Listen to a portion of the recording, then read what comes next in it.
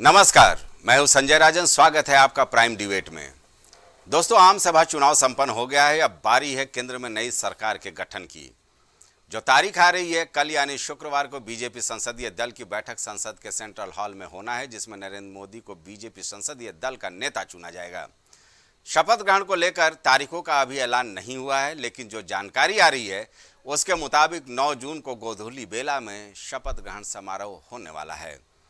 जाहिर सी बात है, दुनिया में नरेंद्र मोदी की अच्छी खासी लोकप्रियता है, लिहाजा आस पड़ोस के देश के मुखियाओं को शपथ ग्रहण समारोह के लिए निमंत्रण भेजने की प्रक्रिया भी राष्ट्रपति भवन से शुरू हो चुकी है। दोस्तों, ये तो है घटनाक्रम की बात, जो मतगणना के बाद अभी तक सामने आ रही है। लेकिन दरअसल आज हम चर्चा करने वाले इस चुनाव में सामने आए कई ऐतिहासिक मैंडेट पर, जिसने साफ कर दिया है कि इस चुनाव में मोदी कैबिनेट के 19 मंत्री आखिर क्यों हार गए, देश के सबसे बड़े सूबे यानी उत्तर प्रदेश में भारतीय जनता पार्टी को आखिर क्यों करारा झटका मिला। अब आप समझिए, न सिर्फ मोदी कैबिनेट के 19 मंत्री चुनाव हार गए, बल्कि योगी कैबिनेट में शामिल 16 मंत्री खुद अपने विधानसभा क्षेत्र में कमल नहीं खिला सके। सूर्य प्रताप शाही, राकेश सचान, जयवीर सिंह, ओम प्रकाश राजभर, असीम अरुण, मयंकेश्वर शरण सिंह, सोमेंद्र तोमर समेत सुरेश राही, अनूप वाल्मीकि, सतीश शर्मा, विजय लक्ष्मी, गौतम सरीखे योगी कैबिनेट के मंत्री अपने विधानसभा में भारतीय जनता पार्टी के प्रत्याशियों को चुनाव नहीं जिता पाए। जबकि मोदी कैबिनेट से तिकुनिया कांड में चर्चा में आए अजय मिश्रा टेनी, अमेठी से स्मृति ईरानी, मुजफ्फरनगर कांड से चर्चा में आए संजीव बालियान, लखनऊ से सटे मोहनलालगंज से कौशल किशोर भी जनता ने नकार दिया। काशी से सटे चंदौली से बीजेपी के पूर्व प्रदेश अध्यक्ष महेंद्र नाथ पांडे, फतेहपुर से साध्वी निरंजन ज्योति सरीखे केंद्रीय मंत्रियों को भी इस बार हार का सामना करना पड़ा। दोस्तों, इसके अलावा इस चुनाव से एक और संदेश गया कि इस बार भारी तादाद में मतदाताओं ने नोटा पर बटन दबाकर एक नया कीर्तिमान स्थापित किया। नोटा का मतलब ही है कि जनता न तो सत्ता पक्ष और न ही सत्तारूढ़ दल पर यकीन किया। मुद्दों का भटकाव से लेकर के गैर जरूरी बयान या फिर लोगों के अपने स्थानीय मुद्दे, मसलन महंगाई, बेरोजगारी, अन्ना पशुओं का आतंक या फिर माननीयों का जनता से दूरी, आखिर किन हालातों ने भारतीय जनता पार्टी को आधे से भी कम सीटों पर सिमटा दिया। एक बेहतरीन पैनल के जरिए हम जानेंगे इन सारे सवालों का जवाब। लेकिन चलिए पहले सुन ले कुछ बयान। से कहा कि खुश करने से सरकारें बन रही हैं, तो कोई खुश और भी कर सकता है। लोकतंत्र में और गिनती जब होती है तो आस और उम्मीद कभी खत्म नहीं होनी चाहिए। आस हमेशा बनी रहनी चाहिए, उम्मीद हमेशा रहनी चाहिए। मौजूदा प्रधानमंत्री आदरणीय नरेंद्र मोदी जी हैं, जिन्होंने आरक्षण को मजबूती देने का काम किया। उन्होंने ऊंची जाति से आने वाले गरीब वर्ग के लोगों के लिए आरक्षण के प्रावधान देकर 10% का आरक्षण देकर इसको और मजबूती देने का काम किया। तो जो प्रधानमंत्री आरक्षण को मजबूत कर रहे हैं, जो संविधान की कसम खाकर देश को चलाने की बात कर रहे हैं, उनके बारे में इस तरीके का भ्रम फैलाना कतई उचित नहीं है और बिहार की जनता ने कम से कम इसको अस्वीकार किया। आज मोदी जी के राज में उठा के देखिए, पहली बार आजादी के बाद लोग कहते हैं मुसलमानों के विरोधी हैं। आईएएस कंपटीशन में 51 बच्चे मुसलमानों के पास हुए हैं। अगर वो विरोधी होते तो 1 नहीं होते। लेकिन ये मुसलमान ये मोहम्मद साहब को मानते हैं, लेकिन उनके विचारों को नहीं मानते। मोहम्मद साहब ने कहा, बेकस, बेपनाह, लाचार, कमजोर, मजलूम की मदद करो। इनकी निगाह में कौन मजलूम है? अखिलेश यादव जी, सोनिया गांधी, ये सब बहुत मजलूम है। खाने बिना मर रहे हैं लोग, उन्हीं की मदद करते हैं। ये इसी नाते इनको कहते हैं लोग ना कि ये लोग अशिक्षित हैं। जो लोग कहते हैं कि अशिक्षित हैं, मोदी जी शिक्षा देना चाहते हैं। कारण की समीक्षा साक्षी महाराज नहीं कर सकते। इसकी समीक्षा तो केंद्रीय नेतृत्व करेगा। ये केवल आप तो पत्रकार हैं, हमारे और आपके लिए चिंता का विषय नहीं है।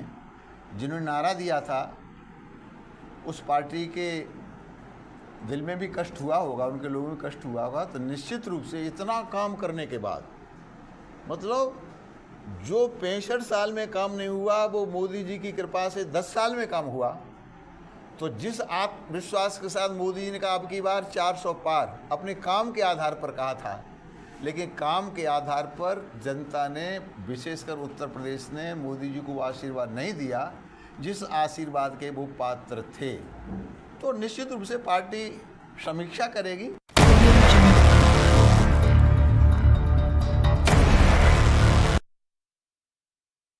आपने क्या कुछ बयानों का दौर चल रहा है। दिल्ली में मंथन का दौर जारी है। कल बीजेपी संसदीय दल की बैठक होने वाली है। आज सारे मुख्यमंत्री और डिप्टी सीएम बीजेपी शासित राज्यों के दिल्ली पहुंच चुके हैं। उनके साथ भी अलग से बैठक होनी है। फिलहाल बैठकों का दौर है। हमारे साथ मेहमान जुड़ चुके हैं।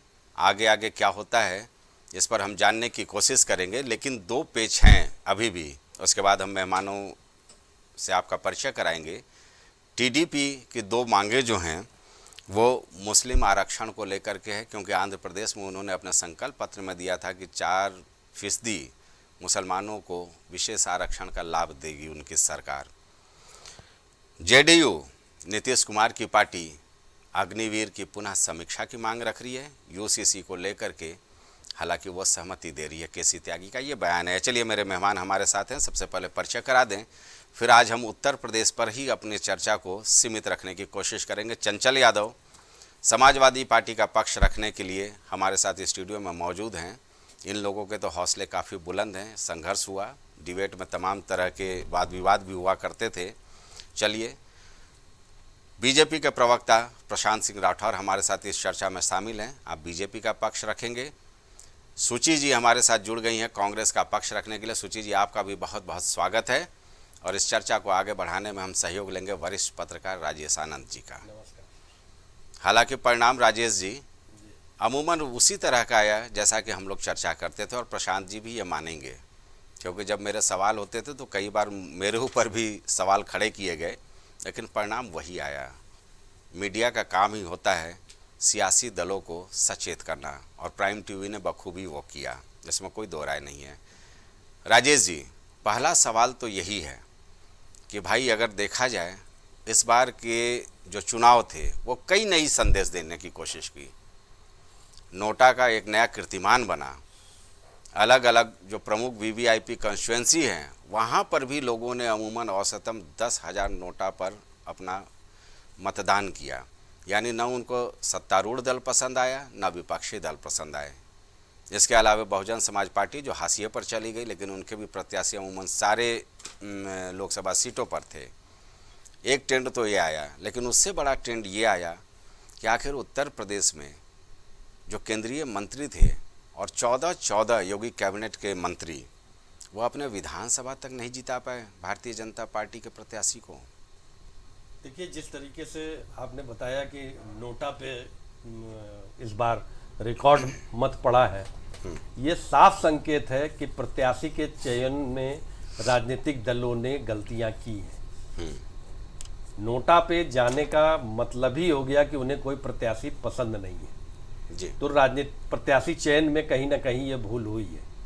और जो उत्तर प्रदेश में भारतीय जनता पार्टी का प्रदर्शन रहा है, इसको लेकर एक चीज़ साफ हो गई है कि राज्य के नेतृत्व और केंद्रीय नेतृत्व के बीच में समन्वय का अभाव दिखा है जी। और संगठन की नज़रअंदाजी और कार्यकर्ताओं से दूरी, ये एक बड़ा कारण उभरा है कि उत्तर प्रदेश में भारतीय जनता पार्टी इस स्थिति में आई है जी। आपने जैसे जिक्र किया कि केंद्रीय मंत्री अपने विधानसभा चुनाव क्षेत्र में मत नहीं दिलवा पाए, उसका साफ कारण दिखाई ये पड़ता है कि पूरे उत्तर प्रदेश से केंद्रीय नेतृत्व को जो फीडबैक दिया जा रहा था, उससे केंद्रीय नेतृत्व को काफ़ी आश्वस्त किया जा रहा था।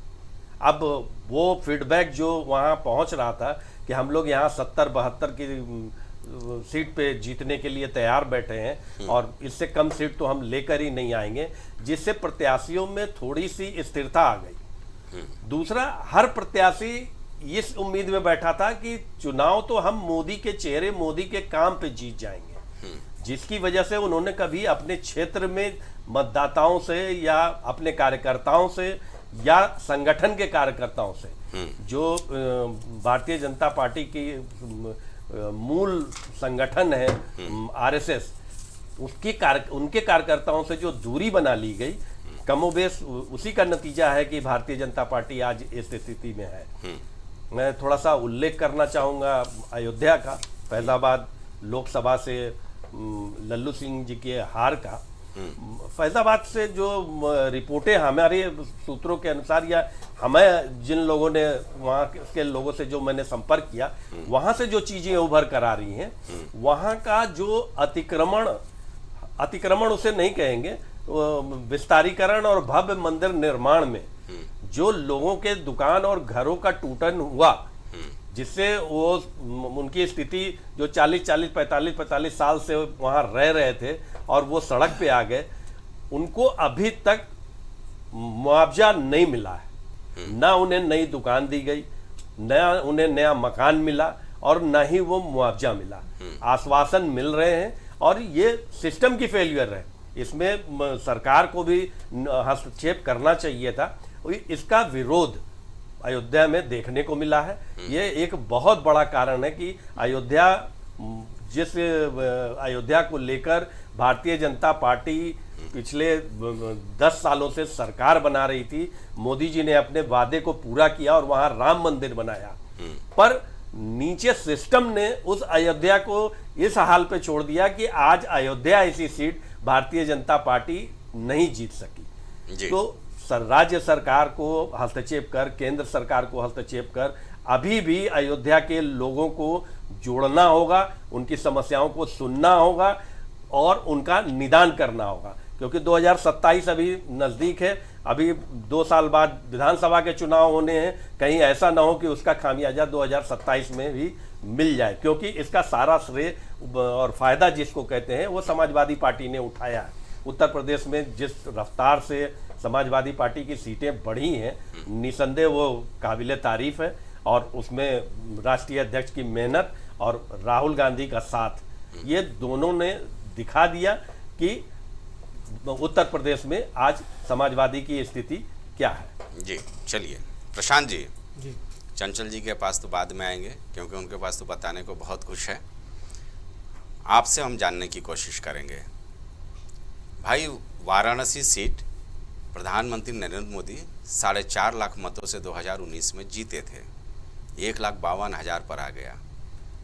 एक वरिष्ठ पत्रकार हैं, उनका बयान मैं सुन रहा था। वाकई वो समीक्षा मुझे काफ़ी नज़दीक लगा कि अगर समीक्षा की जाए तो इसी तरह की जानी चाहिए। मोदी जी के ऊपर तो पूरे देश भर के प्रत्याशियों के लिए प्रचार करने का वक्त था, लेकिन क्या संगठन के लोग कम से कम वाराणसी में ताकत नहीं झोंक पाए? अजय राय, इतने बाद में उनके प्रत्याशी की घोषणा हुई, उनके उम्मीदवारी की घोषणा हुई, उसके बाद भी उनका इस तरह का प्रदर्शन हुआ। कहीं ना कहीं जो नाराज़गी रही, अयोध्या को लेकर के जो नाराज़गी रही, ये फीडबैक जो राजेश जी दे रहे हैं, ये हमने कई चर्चाओं में संभवतः आप लोगों को इशारा भी करने की कोशिश की। देखिए, इस लोकसभा चुनाव में जो जनादेश आया है जी, वह स्पष्ट करता है कि इस देश की जनता ने नरेंद्र मोदी की नीतियों में भरोसा जताया है, नरेंद्र मोदी की जन कल्याणकारी योजनाओं में भरोसा जताया है। भारतीय जनता पार्टी को जिन स्टेट्स में सेटबैक लगा है, उसमें उत्तर प्रदेश है, पश्चिम बंगाल है, राजस्थान है, महाराष्ट्र है, ये 4 प्रमुख स्टेट हैं। इनमें क्या क्षेत्रीय कारण रहे हैं, क्या प्रत्याशी के स्तर पर कमियां रही हैं, क्या संगठनात्मक स्तर पर जो कमियां रही हैं, उसकी समीक्षा पार्टी इंटरनल फोरम पे केंद्रीय नेतृत्व करेगा। अभी उसके बारे में कहाँ क्या कमी रही है मैं कहने की स्थिति में नहीं हूँ, क्योंकि अभी उसकी समीक्षा होगी और सीट बाय सीट इसकी समीक्षा होगी। हमारा केंद्रीय नेतृत्व इन सब चीज़ों को देखेगा। लेकिन मोदी जी ने जिस प्रकार से बनारस में 1 लाख करोड़ से भी ज़्यादा का निवेश बनारस में किया गया विकास योजनाओं का, उसके बावजूद वहाँ की जनता ने जितना आशीर्वाद मिलना चाहिए था अपेक्षानुरूप नहीं मिला। इसका क्या कारण रहा है, ये तो उस जनता भी समीक्षा करेगी, भारतीय जनता पार्टी भी समीक्षा करेगी। और दूसरी चीज़, अयोध्या की आप बात कर रहे थे हमारे वरिष्ठ पत्रकार राजेश जी। अयोध्या में बनारस और अयोध्या 2 ऐसे सांस्कृतिक केंद्र रहे हैं हमारी सरकार के दृष्टि से, जिन पर देश में सबसे ज़्यादा विकास का काम किया गया है। नए हवाई अड्डे बनाए गए हैं, इतना पैसा खर्च किया गया है। उसके बावजूद अगर वहाँ की जनता को लगता है कि कुछ कमी रही है तो उसकी पार्टी समीक्षा करेगी।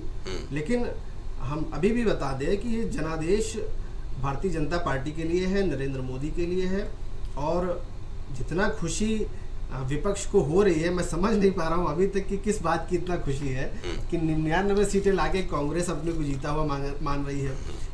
37 सीटें समाजवादी पार्टी को मिली है उत्तर प्रदेश में, निश्चित ही उन्होंने गेन किया है भाई, देश की तीसरी सबसे बड़ी पार्टी बन गई है, गेन किया है। लेकिन अभी भी अगर आप उत्तर प्रदेश में वोट परसेंटेज की बात करें तो भारतीय जनता पार्टी को उत्तर प्रदेश में इस चुनाव में भी 42% वोट मिला है, समाजवादी पार्टी को 33% वोट मिला है, हमारा 9% से ज्यादा वोट अभी भी समाजवादी पार्टी से है।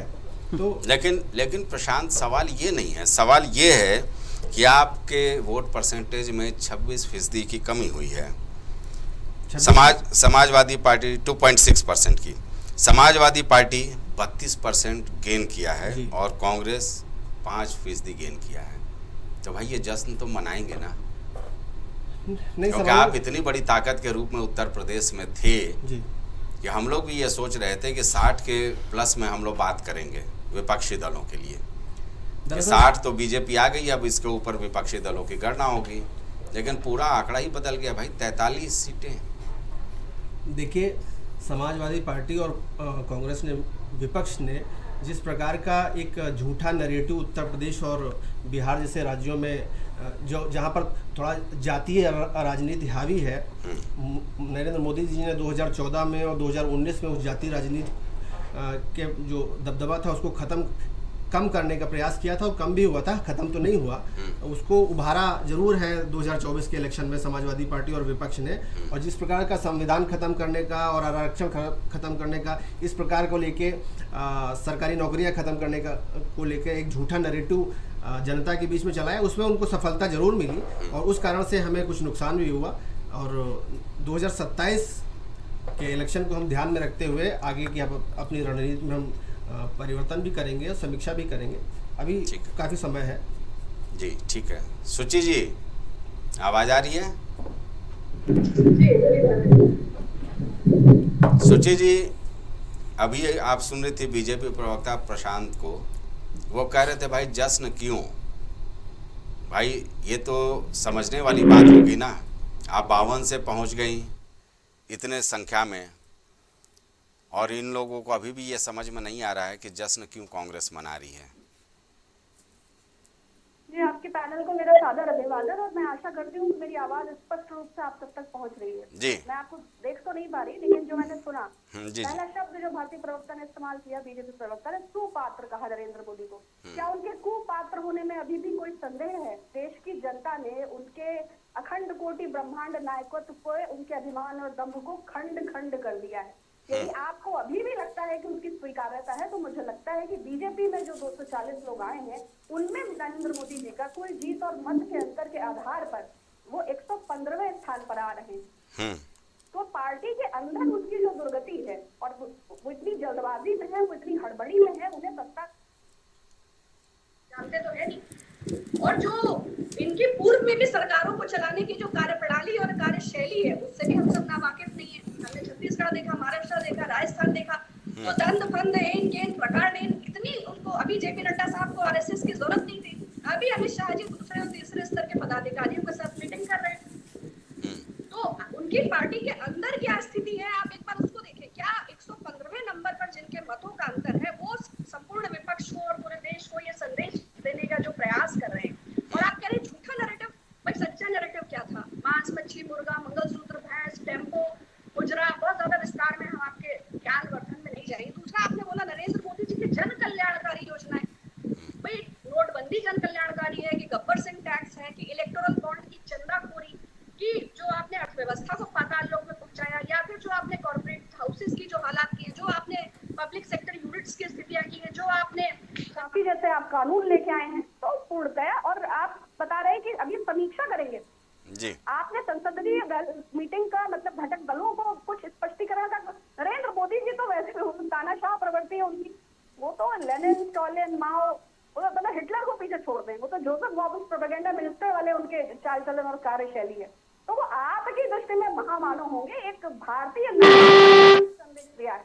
और आप अयोध्या, नासिक, रामेश्वरम, चित्रकूट, अब आपका बीजेपी का आईटी सेल अयोध्या के वासियों के खिलाफ भी स्पष्ट एजेंडा चला रहा है कि वहाँ लोकल लोगों से प्रसाद मत लीजिए, लोकल लोग राम के द्रोही हैं, थर्मस में प्रसाद लेके जाइए। Shame on you.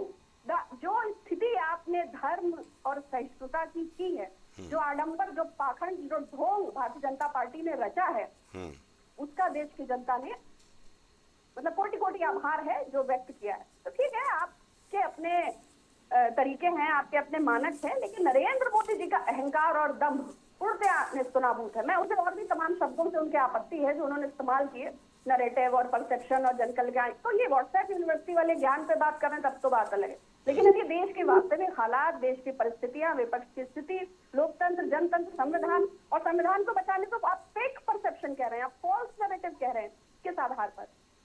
तो श्रीपद प्रशांत जी, हम आपके ज्ञान पर कोई संदेह नहीं उठा रहे, किंतु कृपया पार्टी पॉलिसीज, पार्टी की कार्यशैली, शीर्ष नेताओं की स्थिति, संघ की परिस्थितियां, आप संघ की भी ले, जो मीटिंग उनके घर में चल रही है, विगत 10 वर्षों में भाई आरएसएस के मूल रूप से प्रचारक ही थे नरेंद्र मोदी जी। नागपुर हेडक्वार्टर्स को एक बार भी विजिट नहीं किया है। हेड गवार की पुण्यतिथि, जन्म तिथि, जो भी तिथियां हैं, उनको किसी को कभी ट्वीट नहीं किया। अपने संबोधन या संभाषण में किसी भी प्रकार से उन्होंने, तो उनके अंतरंग जो संबंध मोहन भागवत साहब के साथ रहे, और लेटेस्ट जो बयान नड्डा साहब का था कि हमें संघ की आवश्यकता नहीं, तो आप बहुत वरिष्ठ पत्रकार हैं और आप भी अच्छे प्रवक्ता, अगर आप समस्त गतिविधियों पर भली भांति दृष्टि डालेंगे तो देश के जनमानस में स्पष्ट संदेश भारतीय जनता पार्टी की तानाशाही प्रवृत्ति और नरेंद्र मोदी जी के अहंकार को स्पष्ट चुनौती दी है। और श्रीमद राहुल गांधी जी ने जो संदेश दिया है कि किसी प्रकार की सौदेबाजी में हम कोई विश्वास नहीं रखते, हम उनके मूल्यों के साथ खड़े हैं, हम देश के साथ खड़े हैं, जनता के साथ खड़े हैं और पुनः संविधान के साथ खड़े हैं। और अगर अभी भी आप लोगों की जो ताकत है, जो एक मूल वैल्यूज हैं, वर्च्यूज हैं, कोर जो है, अगर आप अभी भी उसको नजरअंदाज करते हैं और आप fake perception, false fake perception, जन कल्याण योजनाएं और नरेंद्र मोदी जी को अभिभूत करने वाली बातें करेंगे, तो मुझे लगता है आपको पुनरावलोकन और पुनर्विचार की आवश्यकता है। ठीक है, चंचल जी भाई आप, हाँ, इसके बाद प्रशांत जवाब ले लेते हैं, क्योंकि अभी चंचल जी का भी कुछ आरोप आएगा, उसको भी नोट कर लीजिएगा। चंचल जी भाई, मुद्दे तो आप लोगों ने तमाम उठाए, हालांकि ये बात ये अलग है कि मुद्दों से भटकाव आपने नहीं किया, और जो आपने पीडीए का फार्मूला अपनाया, जो रिजल्ट हमारे सामने है, 10 में से 8 कुर्मी प्रत्याशी जीत गए, सारे मुस्लिम 4 प्रत्याशी जीत गए, 5 यादव जीत गए जो प्रत्याशी बने थे, 2 क्षत्रिय जीत गए, यानी पीडीए का फार्मूला तो आपका हिट रहा है, इसमें कोई दो राय नहीं है। लेकिन भारतीय जनता पार्टी की ताकत को आप लोगों ने जो शिकस्त दिया, उसकी बड़ी वजह क्या नज़र आती है? भाई 14 इनके योगी कैबिनेट के मंत्री धाराशाही हो गए, 5 या 6 जो है केंद्रीय कैबिनेट मंत्री हार गए, है ना? तो कुल मिलाकर के ये 19 तो केंद्रीय मंत्री की बात हो रही है। यूपी सरकार के 14 जो कैबिनेट मंत्री हैं, वो अपने विधानसभा तक में कमल नहीं खिला पाए। देखिए, सबसे पहले तो धन्यवाद, बहुत अच्छा आप मुद्दे पे डिबेट रखे हुए हैं, मैं आपका साधुवाद।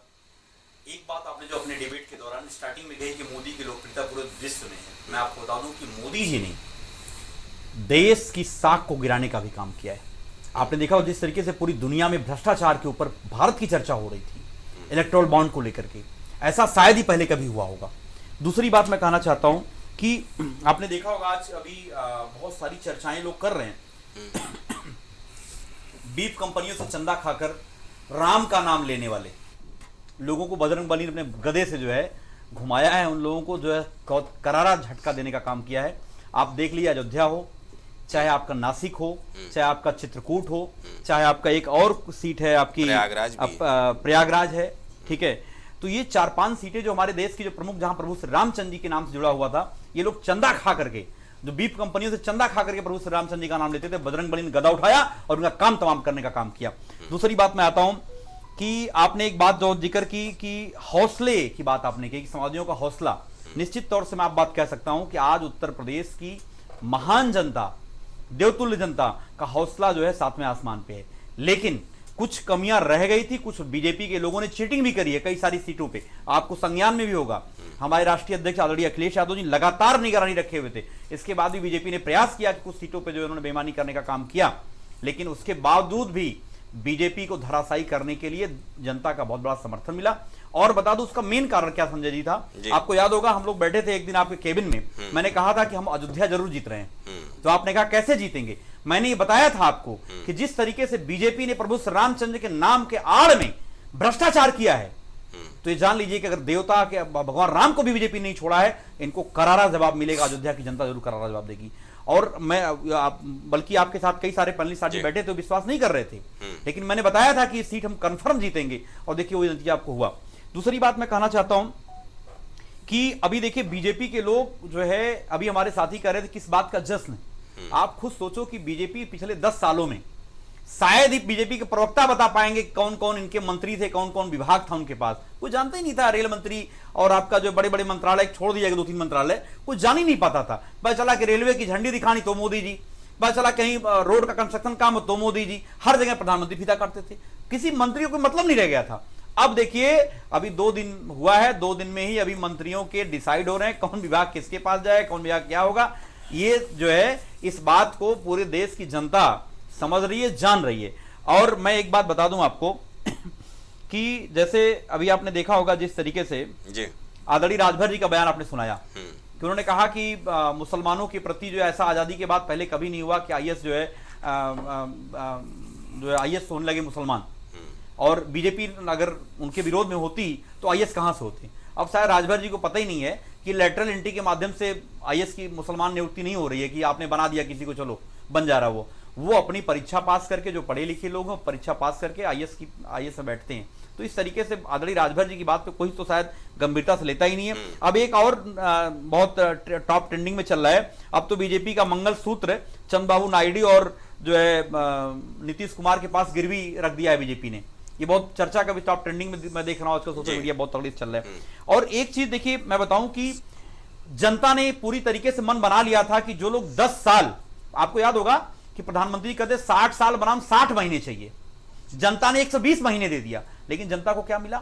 महंगाई मिली, भ्रष्टाचार मिला, नौजवानों को झूठे वादे मिले, झांसेबाजी मिली, जुमला मिला। आप खुद सोचिए कि जहां पर हम लोग पढ़ाई करते थे जब लाभ यूनिवर्सिटी में, हर साल रेलवे में भर्तियां हजारों हजार की संख्या में आती थी, सेना में भर्तियां बराबर चलती रहती थी, बैंकिंग सेक्टर में बराबर भर्तियां चलती रहती थी। लेकिन बीजेपी ने क्या किया? बंटा ढार करके कर दिया। आज नौजवान साथी जो है इस बात की नाउम्मीद है कि भारतीय जनता पार्टी की सरकार में हमें नौकरी नहीं मिलने वाली है, नौकरी आई नहीं रही है। सारे के सारे एडहॉक सिस्टम पे, सारी संविदा पे आप रख रहे हो। अभी आप रेलवे का आपने देख लिया कितना बंटा ढार कर दिया है। और महंगाई तो आप सोच लीजिए, हम लोग गांव घूम रहे थे, हम लोग भी प्रचार में, आपको तो हर घर की चिंता यह थी कि 7 रुपए का नमक मोदी जी ने 18 घंटे मेहनत करके उसको 32 रुपए तक पहुंचा दिया। जो नमक आता है छोटा सा, एक जो हर परिवार की जरूरत होती है, सिंपल जरूरत होती है। और बता दें शादी विवाह में जो प्रधानमंत्री बोले थे मंगलसूत्र की बात करते थे, प्रधानमंत्री जी मंगलसूत्र की बात करते थे। आपको बता दें हर घर की चिंता है कि जो 27-28 रुपए 10 ग्राम का सोना होता था पहले, हम अपनी बहन बेटी की शादी में जो देते थे पहले कि भाई 10-20 ग्राम जिसकी हैसियत होती देते थे, अब 75 से 80 हजार रुपए सोना पहुंचा दिया मोदी जी ने 18 घंटे मेहनत करके। शायद ही कोई परिवार का, गरीब परिवार का बच्चा या गरीब परिवार का अपनी बहन को, अपनी बेटी को वो 10 ग्राम का मंगलसूत्र भी दे पाए। इस हालत में देश को खड़ा कर दिया। ये लड़ाई समझिए बुनियादी लड़ाई थी। और हम लोग लगातार मुद्दे की बात कर रहे थे। हम लोग कहते बताओ मोदी जी आपने 2 करोड़ रोजगार का क्या किया, बताओ मोदी जी आपने आदर्श गांव की बात करते थे, आपने कहा था कि मैं जो है स्मार्ट सिटी बनाऊंगा, आप कहते थे कि किसानों की आय दुगनी हो जाएगी, आप कहते थे कि जो है 2022 तक गंगा साफ हो जाएगी, आप कहते थे 100 दिन में काला धन आ जाएगा। लेकिन उन सब बातों पे प्रधानमंत्री जी ने एक बार भी चर्चा नहीं की। प्रधानमंत्री मुजरा की बात करते थे, प्रधानमंत्री मंगलसूत्र की बात करते थे, प्रधानमंत्री मीट की बात करते थे, मांस की बात करते थे। 10 सेकंड में बात हो जाती है। गंगा के किनारे हम लोग, हिंदू धर्म में हमारी आस्था है और हम लोग जो है ये मानते हैं कि अगर हम लोग कभी गंगा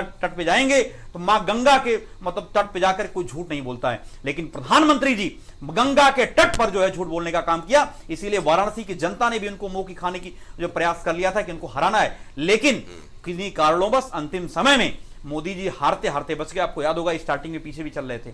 लेकिन आप ये जान लीजिए कि अगर कोई थोड़ा सा और अगर मेहनत हो गई होती तो प्रधानमंत्री जी को गंगा मां भी सबक सिखा देती। वो हारते हारते चेतावनी थी मोदी जी को कि अब हमारे तट पे आकर झूठ मत बोलना।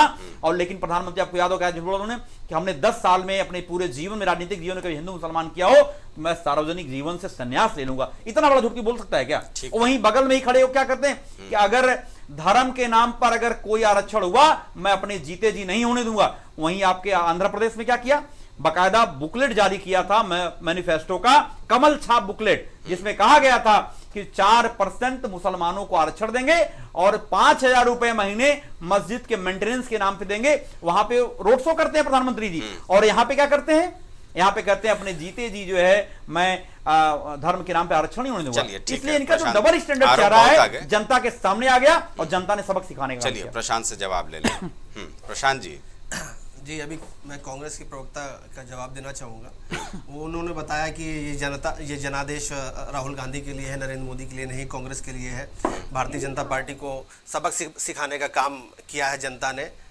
आप 99 सीटें पाके कांग्रेस को जनता ने जनादेश दे दिया और 240 सीटें भारतीय जनता पार्टी को जनता ने दिया, वो जनादेश नहीं है।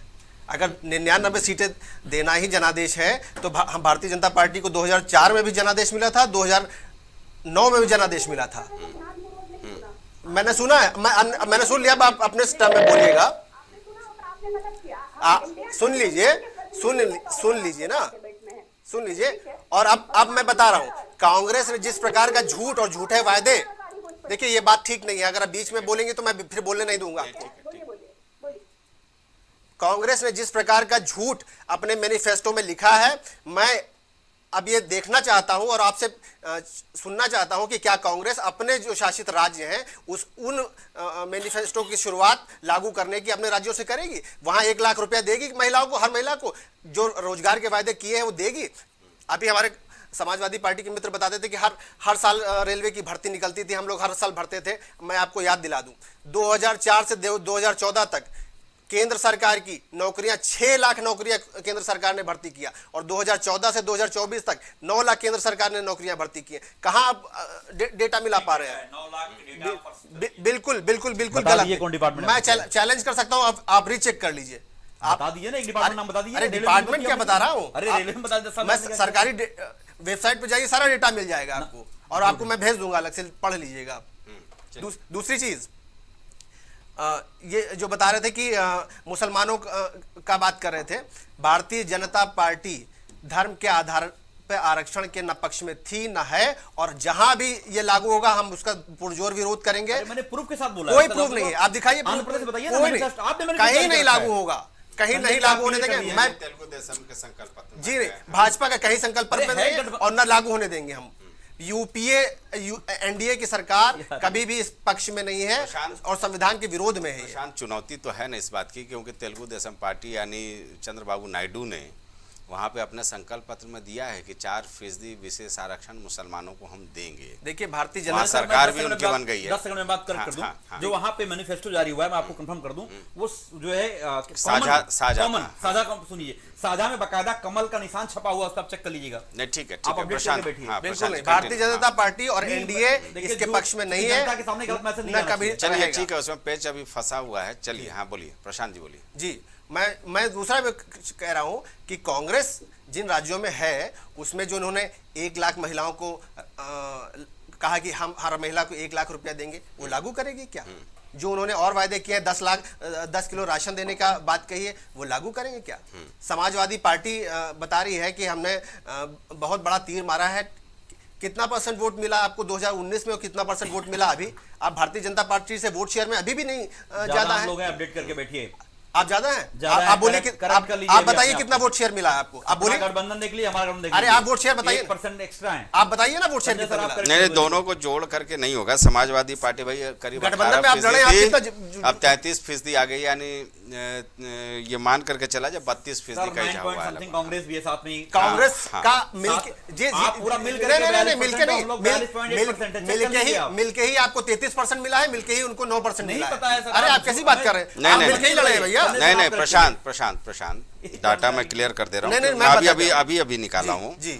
बीजेपी को 41.37%, समाजवादी पार्टी को 33.59% और कांग्रेस को 9.46%। वो जब साथ में मिले हैं दोनों का तो भाई दोनों का अगर कंबाइंड कर देते हैं, वो कैसे कंबाइन करेंगे सर? दोनों लड़के एक दूसरे का वोट शेयर उन्होंने बांटा है, तब जाके उनको 9% मिला है। उनको 41% टोटल गठबंधन का बता रहे हैं, बीजेपी प्लस। आप चेक कर लीजिए, बीजेपी का गठबंधन। क्या बात कर रहे हैं आप? चलिए ठीक है, करेक्ट कर लो। मैंने ये डाटा दे दिया। चलिए ठीक है, 2019 में हमारा 50% था, 2024 में हमारा 41 कुछ %। चलो सवाल ले लो, छोड़ो, ये तो चलता ही रहेगा। आरोप प्रत्यारोप तो अभी भी आप लोगों का जारी है। दिल्ली में नूरा कुश्ती चल रही है, वैसे यहाँ भी है। सबसे बड़ी बात ये है एक चीज मैं जानना चाह रहा हूँ कि जैसा कि सूची जी ने भी ये सवाल खड़ा किया संघ को लेकर के आप लोगों के जो राष्ट्रीय अध्यक्ष जेपी नड्डा जी ने जो सवाल खड़े किए, कई संघ के लोगों से हमारे भी करीबी हैं जो संगठन से जुड़े हुए हैं, उनका क्या अलग हट जाना आपके चुनाव को प्रभावित किया क्या? जी बिल्कुल ऐसा नहीं है। जेपी नड्डा जी ने बिल्कुल ऐसा नहीं कहा। उनके जो बात उन्होंने कही उसको अलग तरीके से मीडिया ने प्रस्तुत किया। उन्होंने सिर्फ इतना कहा कि पहले संघ से बड़ी मात्रा में प्रचारक भारतीय जनता पार्टी में आते थे, आज वो संख्या कम हो गई है क्योंकि भारतीय जनता पार्टी का काडर इंडिविजुअली बड़ा हो गया है। और मुझे बड़ा अच्छा लग रहा है कि सुची जी को संघ की चिंता बहुत ज्यादा है, कांग्रेस को संघ की चिंता बहुत ज्यादा है कि संघ का इन्वॉल्वमेंट कम कर दिया। मोहन भागवत जी ने कुछ बयान दिया है कि नहीं? मैं अभी कहीं देख नहीं पा रहा था ना पढ़ पा रहा जी था। नहीं, कोई बयान नहीं। और संघ, जबकि सबसे पहले वो स्वागत करते थे। देखिए संघ हमारा वैचारिक संगठन है और रहेगा। उसमें कोई भारतीय जनता पार्टी का प्रत्येक कार्यकर्ता जो मूल कार्यकर्ता है वो संघ का स्वयंसेवक है, इसमें भी कोई दो राय नहीं। तो संघ से 10 बरस में प्रधानमंत्री जी एक बार भी नहीं गए। अरे भाई आप देख लीजिए वो संघ के कितने कार्यक्रम में गए। आपके पास कोई तथ्य नहीं तो आप क्या बात कर रही हैं? और मुझे अच्छा लग रहा है कि प्रधानमंत्री संघ के कार्यक्रम में जा रहे हैं कि नहीं जा रहे हैं, ये सुची जी को, कांग्रेस के प्रवक्ता को चिंता है। बहुत अच्छी बात है, आप संघ से प्रभावित हो रही है, मुझे इसकी खुशी है। मुझे अच्छा लग रहा है कि आप संघ से प्रभावित हो रही हैं और संघ की नीतियों को अगर आप कांग्रेस आत्मसात कर लेगी तो बहुत अच्छी बात है। इसमें तो मेरी दृष्टि में वो हिंसक और तामसिक संगठन है जो धर्म को कुरूप करता है। वो एक कुटिल संगठन है जो स्वयं को सांस्कृतिक होने का दावा करता है और देश में नफरत और जहर घोलता है। नेहरू जी ने 26 जनवरी की परेड में क्यों संघ को बुलाया था? प्रणब मुखर्जी भी तो गए थे। आपके राष्ट्रपति संघ के कार्यक्रम में क्यों गए थे प्रणब मुखर्जी जी? सुची जी एक सवाल, सुची जी एक सवाल, सुची जी एक सवाल, सुची जी एक सवाल ले लीजिए बस। मैं एक सवाल, माननीय प्रधानमंत्री जी को इतनी जल्दी क्यों हो रही है कि संसदीय दल घटक दलों की मीटिंग से पहले भी स्वयं जाके राष्ट्रपति जी के सम्मुख खड़े हुए? ऐसी सत्ता की क्या लालसा है, ऐसे क्या राज? अरे ये औपचारिकता है। कांग्रेस को भेज दें, क्या करें? आप अपनी स्थिति को स्पष्ट करें। सुची जी मेरा एक सवाल ले लीजिए। अरे आप जो संघ के बारे में बोल रही हैं, संघ के बारे में आप जो बोल रही हैं, मैं ये पूछना चाहता हूं कि नेहरू जी ने 26 जनवरी के परेड में संघ को क्यों आमंत्रित किया? बताइए ना, आपके पास जवाब है? अरे सुची जी दे दीजिए जवाब भाई, बताइए ना। प्रणब मुखर्जी राष्ट्रपति थे, कांग्रेस के नेता थे, उन्होंने संघ के कार्यक्रम में क्यों शिरकत किया? अमित शाह के घर में मीटिंग हो रही है भाई, मोहन भागवत जी। अरे वो आप हमारे घर में क्यों झांक रही हैं? हमारे घर में तो जो मीटिंग हो रही होने दीजिए ना, आप कांग्रेस अपनी मीटिंग करे। देखिए एक संघ का छोटा सा उदाहरण, राम मंदिर की बात हो रही थी अभी। राम जन्मभूमि ट्रस्ट के चंदे के संदर्भ में चंपा, इस देश की जनता ने रामद्रोहियों को नकारा है, पक्का नकार दिया है। यूपी ने तो राम भक्तों को बहुमत दिया है और राम भक्त ही सरकार बनाएंगे। राम भक्त ही राज करेगा दिल्ली के सिंहासन पर। बिल्कुल नहीं। ठीक है रजनी जी मुझे समझ। हाँ चंचल बोल लीजिए, फिर राजेश जी के पास चलेंगे। हाँ राम भक्त राष्ट्र दो, ये सब अब बेकार की बातें हैं। अब जो जनादेश आना था आ गया था। हाँ आ गया, वही तो बता रहा हूँ, संदेश बिल्कुल साफ है। चंचल बोलो। सारी बातों को भूल गया था। चंचल बोलो। रामद्रोही की बात करते थे, राम भक्त की बात करते थे, उनको प्रभु रामचंद्र ने करारा तमाचा मारा है और शायद अभी समझ में नहीं आ रहा है। आने वाले समय में और भी सही तरीके से समझ में आ जाएगा। जो लोग प्रभु रामचंद्र के नाम पर राजनीति करते हैं, धर्म हमारा आस्था का विषय है, वो हमारा पर्सनल विषय है, धर्म के ऊपर राजनीति नहीं होनी चाहिए। और लेकिन भारतीय जनता पार्टी के लोग जब भी कोई काले कारनामे करते हैं तो क्या वो प्रभु रामचंद्र की आड़ में छुपने का काम करते हैं, धर्म की आड़ में छुपने का काम करते हैं। मैं आपको एग्जाम्पल बता सकता हूं। आपको याद होगा इसी अयोध्या के अंदर जब भूमि अधिग्रहण हो रहा था, उन्हीं लोगों के ऊपर लाठियां चलाई गई जिन लोगों ने अपने हक और अधिकार की बात करते थे। आपने देखा होगा लोगों के आंसू निकल रहे थे। आप बताओ कौन सा आप ऐसा मंदिर बना रहे हो, प्रभु रामचंद्र जी का मंदिर बना रहे हो आप, और उसमें आप जो है लोगों के आंसू बहाना पड़ रहा है। लोगों को रोड पे, अभी लोग रोड पे सो रहे हैं। लोगों ने पूरे 2-2 दिन तक, 3-3, 4-4, 5-5 दिन तक गंगा उसमें सरजू नदी में खड़े होकर के प्रदर्शन किया। लेकिन इस सरकार के जो है उसे कान पर जू भी नहीं देगा। इस अहंकारी और जो है इस फिरका परस्ती जो ताकते हैं, जिस तरीके से गरीबों के ऊपर ध्यान नहीं देना चाहते ये लोग, वहां की जनता ने इनको सबक सिखाया, समझ नहीं आ रहा है। मैं एक बात आपको बताना चाहता हूं, जो हमारे प्रशांत भाई ने बात कही कि 9 लाख लोगों को नौकरियां मिली, जो सेंट्रल गवर्नमेंट के द्वारा, मैंने पूछा बता दो एक डिपार्टमेंट में कोई, आप बता दो कोई, अगर आपको याद हो कहीं पे तो 10 साल के अंदर अगर रेलवे की भर्ती कर आप बात कर लोगे, रेलवे को बंटाढार करने का काम किया प्रधानमंत्री जी ने। आप सेना की बात कर लो, आप अग्निवीर जो हमारा नौजवान साथी 4 साल के लिए, 4 साल के लिए जो हमारा नौजवान साथी जाता है, आप मैं उसका दर्द बताता हूं, हमारे गांव का बगल लड़का अग्निवीर हुआ है वो। चंचल जब वंदे भारत में चलते हैं ना तो हम लोगों को थोड़ा गर्व तो अरे महसूस सर, होता है। वंदे भारत के हालांकि रेट आप निश्चित देख तौर लो पर क्या हाँ। कर दिया है सरकार ने। गरीब आदमी के लिए ट्रेन पहले कही जाती थी, यही मैं कहने गरीब जा रहा आदमी था। की बात, पहले ट्रेन गरीब आदमी की होती थी। प्रधानमंत्री जी ने कहा था कि मैं स्लीपर पहनने वालों को हवाई जहाज से यात्रा कराऊंगा। आज वो बेचारा स्लीपर भी उसका छिन गया है। इस सरकार में वो बेचारा हवाई जहाज का सपना नहीं देख सकता है। ट्रेन तो छोड़ ही दो आप, अरे ट्रेन तो छोड़ दो, हवाई जहाज तो छोड़ दो, ट्रेन में जा सकता हो, उसकी हालत ये हो गई है। और आप सोचिए, आपने बात की भर्तियों की, मैं बता देता हूं, इसी उत्तर प्रदेश के अंदर 69,000 शिक्षक की भर्ती आती है। ये सरकार जो है आरक्षण घोटाला करती है। और पिछड़ा वर्ग आयोग ने स्पष्ट लिखित शिकायत किया कि जो है, और आदेश किया माननीय मुख्यमंत्री जी को, लेकिन मुख्यमंत्री जी के कान में जू नहीं रहेगा। उसके माननीय सुप्रीम कोर्ट ने आदेश किया कि जो आरक्षण का घोटाला हुआ है, सरकार ने गलती की है। उसके बाद सरकार, मुख्यमंत्री ने गलती मानी और कहा कि मैं नियुक्ति पत्र जारी किया। नियुक्ति पत्र जारी होने के बाद भी उन नौजवानों को अभी तक जो है क्या नाम है, वो नियुक्ति नहीं मिली है।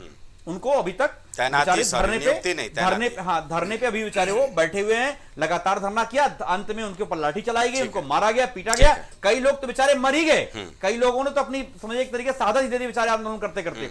और आपने देखा होगा इस सरकार के, आपको याद होगा किसानों के साथ जो हमारे देश के किसान जो है पूरे धरने पे बैठे हुए थे, तकरीबन 1 साल से ऊपर धरने बैठे रहे, लेकिन आदरणीय प्रधानमंत्री जी के कान पर जूं तक नहीं रहेगा। और 700 किसानों ने देश के लिए शहादत दी और किसानों भाइयों की लड़ाई लड़ने का काम किया। अंत में जो तीनों काले कानून थे उसको सरकार को वापस लेना पड़ा, लेकिन उसके बाद भी सरकार को जो वादे किए थे उसके बाद भी सरकार के कान पे जूं नहीं रहेगा। जो मेरा आकलन है जी राजेश जी, आपका इस पर विश्लेषण भी चाहेंगे। जो मेरा आकलन है, ये सब तमाम राष्ट्रीय मुद्दे हैं, लेकिन जो हमारे स्थानीय संवाददाता जब मतदान की प्रक्रिया चल रही थी उस वक्त उनसे सवाल पूछते थे तो लोग यही बोलते थे, महंगाई, बेरोजगारी, स्थानीय समस्या, अन्ना पशु और सांसदों विधायकों का क्षेत्र की जनता से दूरी बनाना।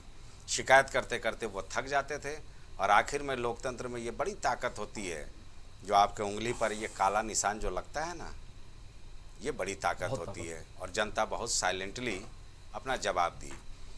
आपसे ये जानने की कोशिश करेंगे कि महिला आरक्षण की बात की गई केंद्र सरकार की ओर से, हुआ कि भाई महिला आरक्षण विधेयक पारित भी हो गया, लेकिन उत्तर प्रदेश के लिए जो परिणाम आए, जो नए संदेश देने की बात कर रहे हैं, 2019 में 11 महिला सांसद पहुंची थी पार्लियामेंट में, इस बार वो घट करके 8 हो गई। इस पर आपकी टिप्पणी चाहेंगे। और दूसरा ये कि जिस तरह से इस बार जातीय समीकरण साधने में अखिलेश यादव सफल हुए हैं, उसका कोई तोड़ नहीं है। मैं सुन रहा था, न मथुरा न काशी, अब की बार अवधेश पासी, इस तरह का नारा चल रहा था। इस पर आपका विश्लेषण चाहेंगे। सबसे पहले मैं संजय जी आपको बधाई दें कि आज जो स्टूडियो में हम लोग बैठे हैं, ये एक लोकतंत्र का जीता जागता उदाहरण है जी। सूची जी आरएसएस की बात कर रही हैं, चंचल जी अयोध्या में अत्याचार की बात कर रहे हैं, और प्रशांत जी तो अपना पक्ष रख ही रहे हैं और दोनों के टिप्पणी का जवाब भी दे रहे हैं। तो यही एक लोकतंत्र की खूबसूरती है कि आप अपनी बात कम से कम रख सकते हैं और एक दूसरे की चिंता कर सकते हैं, चाहे आप जिस जाति के हों, किसी समुदाय के हों और किसी पार्टी के हों। तभी तो एक बड़ा बदलाव देखने को मिल रहा है आनंद जी। बस इसीलिए ये बदलाव देखने केंद्र में भी अब एनडीए हो रहा है। बिल्कुल। तो अब आप आ जाइए महिला के चुनाव आरक्षण और उन सब को लेकर। 797 महिला प्रत्याशी चुनाव मैदान में थी, जिसमें से बीजेपी ने 69, कांग्रेस ने 41 महिलाओं को टिकट दिया था। 74 महिला संसद सदस्य चुनकर आई, सबसे ज़्यादा बंगाल से चुनकर आई।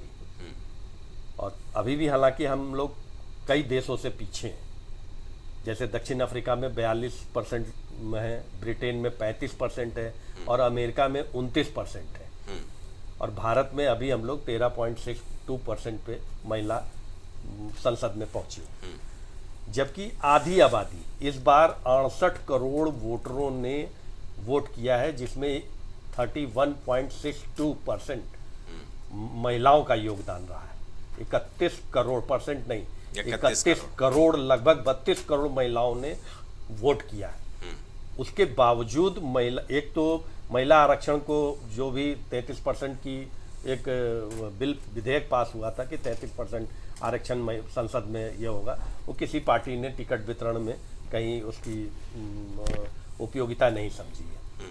तो सवाल फिर इसी चीज़ पे आ जाता है कि बात आरक्षण को लेके होती तो जरूर है, पर जब इम्प्लीमेंट करने की बात आती है, देने की बात आती है, तो वहाँ हर राजनीतिक दल कहीं ना कहीं बंगले झांकने लगता है। फिर वो अपनी सीट, अपना समीकरण, अपना वोट बैंक, वो सारी चीज़ों पे उसकी निगाह चली जाती है, महिला आरक्षण किनारे हो जाती है। एक महिला को लेकर आज एक बड़ी मतलब महिलाओं को लेकर बहुत बड़ी घटना आज हो गई चंडीगढ़ के एयरपोर्ट पे। एक महिला को एक महिला सुरक्षा कर्मी ने महिला के चक्कर में झापड़ मार दिया। मैं बात कर रहा हूँ कंगना रनौत की, जो सांसद चुनी गई है मंडी से। आज जैसे वो एयरपोर्ट पे जो ये मानती है 2014 के बाद देश आजाद हुआ है, हाँ उनका मानना है ना। अब ठीक है चंचल जी, आप बोल दीजिएगा। हाँ, ये विषय नहीं है कि 14 के बाद नहीं, विषय क्यों नहीं है, ये बहुत बड़ा विषय है सर। नहीं, ये आप लोग का परसेप्शन है, उस परसेप्शन को मैं नहीं देख सकता। बहुत सारी चीजें 14 के बाद बदली हैं। आप भी जैसे अभी भर्तियों और सब चीजों की बात कर रहे थे, तो आपकी सरकार में भी एक विशेष भर्ती हुई थी जिसमें सिर्फ एक विशेष जातियों, बता दीजिए, आप बोल दीजिए, विशेष जातियों का नियुक्ति हुई थी। उसमें भी बड़े सवाल हुए थे। नहीं, कोई सवाल नहीं हुआ। इन सब बातों में सदन में झूठ बोला और आज तक पटल नहीं कर पाए। ये केवल मीडिया द्वारा नैरेटिव चलाया गया था। नहीं, आप मुझे बता दिया। अगर आपने कहा एक बात नहीं, राजेश जी, आप करेक्ट करिए, कौन सी भर्ती थी और किसमें जाति का काम हुआ? मैं बता दे रहा हूँ, मुलायम सिंह यादव के जमाने में पुलिस। नहीं, आप बता दो ना। अरे उत्तर प्रदेश पुलिस की भर्ती थी भाई, अखिलेश सरकार की नहीं, आप चेक कर लीजिए। अखिलेश सरकार की नहीं, अखिलेश सरकार की बात नहीं, आप सरकार की बात की है। मुलायम सिंह भी अखिलेश जी की समाजवादी पार्टी के ही मुख्यमंत्री। नहीं, आप कौन सी भर्ती की बात कर रहे हो? मेरे पास है उत्तर प्रदेश पुलिस भर्ती। कौन से सरकार की बात कर रहे हो आप? मुलायम सरकार की बात। हाँ, बताओ क्या भर्ती हुई थी, कितने लोग याद हुए थे? आप बता दीजिए। बहुत ज्यादा था। उठा के अभी बीजेपी की सरकार में सबसे ज्यादा यादव भर्ती हुए बीजेपी सरकार में, पुलिस में देख लीजिए। नहीं, ठीक है, उस पर हम लोग टिकट टिप्पणी ना करें। उस समय सवाल उठा था, विपक्षी दलों ने उठाया था, करीब 80,000 पुलिस कर्मियों के भर्ती हुए थे। मैं बता दूं, नहीं, यादव एक जात विशेष ना जाए। आपकी यादव भर्ती हुई तो बता दीजिए कितने यादव भर्ती हुए। सबका तो डेटा मांग रहे हैं, आप भी तो डेटा बता दीजिए। आपको याद होगा संजय जी, विधानसभा के अंदर मुख्यमंत्री जी ने, खैर बीजेपी के बड़े नेताओं को झूठ बोलने की मतलब बाकायदा स्टाइल उनकी है। प्रधानमंत्री लाल किले प्राची झूठ बोलते हैं। नेता हमारे जो वर्तमान मुख्यमंत्री जी हैं आदरणीय योगी साहब, वो विधानसभा के अंदर झूठ बोलते हैं। 86 में 56 की बात कही थी उन्होंने, याद होगा आपको।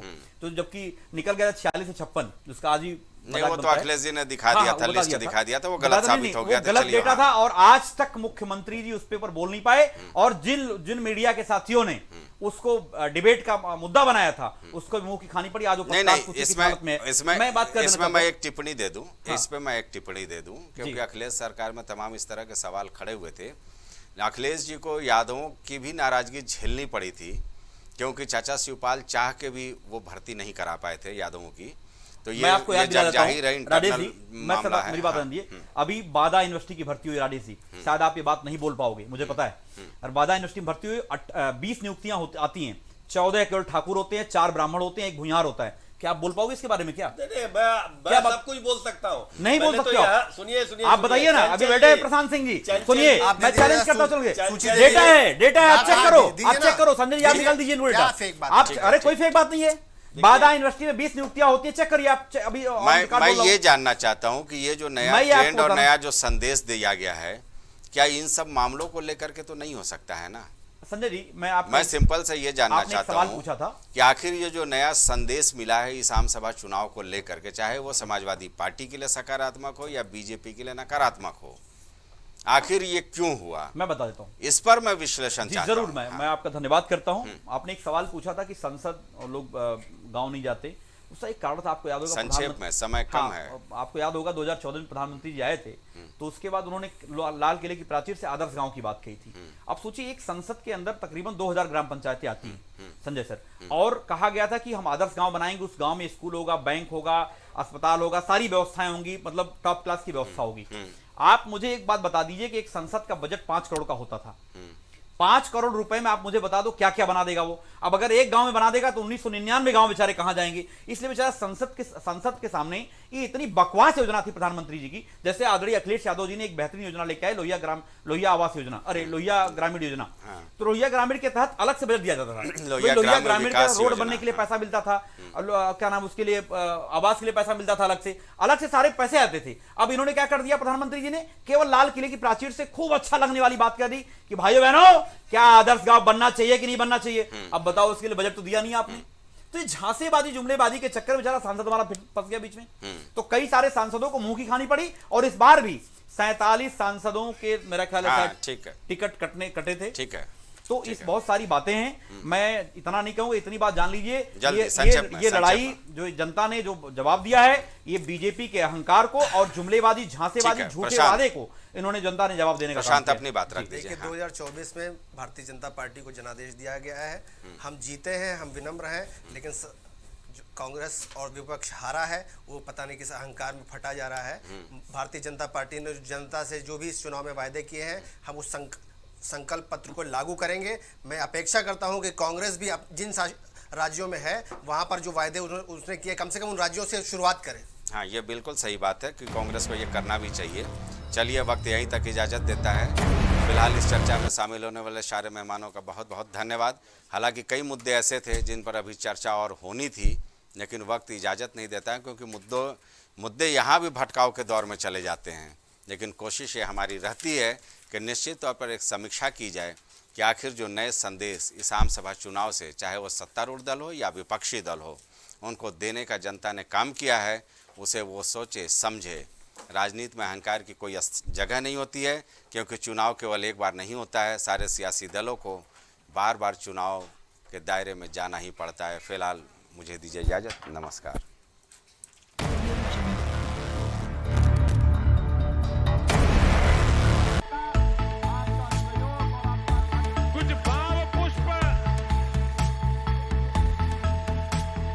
आप देख रहे हैं प्राइम टीवी, सच साहस सरोकार।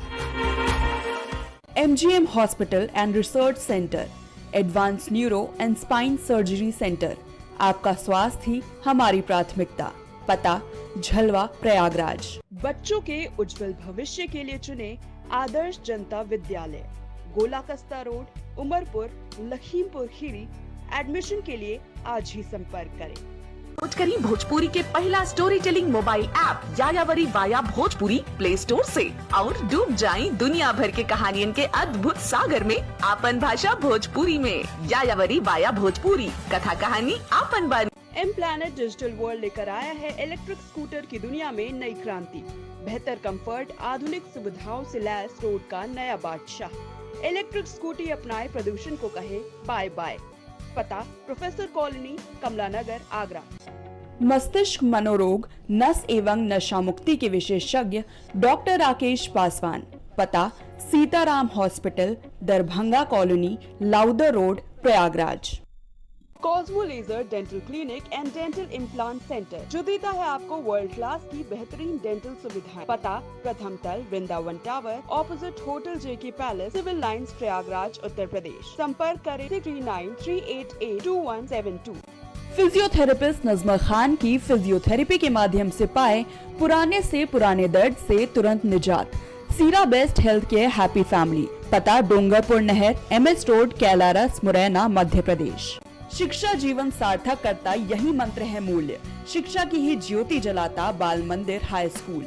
बच्चों के सुनहरे भविष्य के लिए आज ही चुने Bal Mandir high school, Jabalpur road, Deori, जिला रायसेन। Admission open. ग्वालियर शहर का जाना माना पैलेस, शानदार फैसिलिटीज और एयर कंडीशन रूम्स की अवेलेबिलिटी।